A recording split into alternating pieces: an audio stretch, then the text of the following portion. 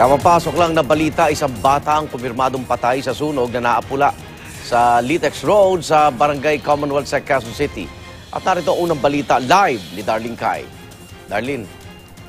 Igan, isang bata nga ang kumpirmadong patay sa sunog na tumupok dito sa isang hilera ng mga bahay dito sa Litex Road, corner IGP Road sa Barangay Commonwealth, Quezon City. Kani-kanina lang ay lumapit ang ina na si Jacqueline Lacti sa mga opisyal ng BSP para i-report ang kanyang nawawalang dalawang anak. Sila Lacti ay nakatira sa bahay na pinagmulan ng sunog.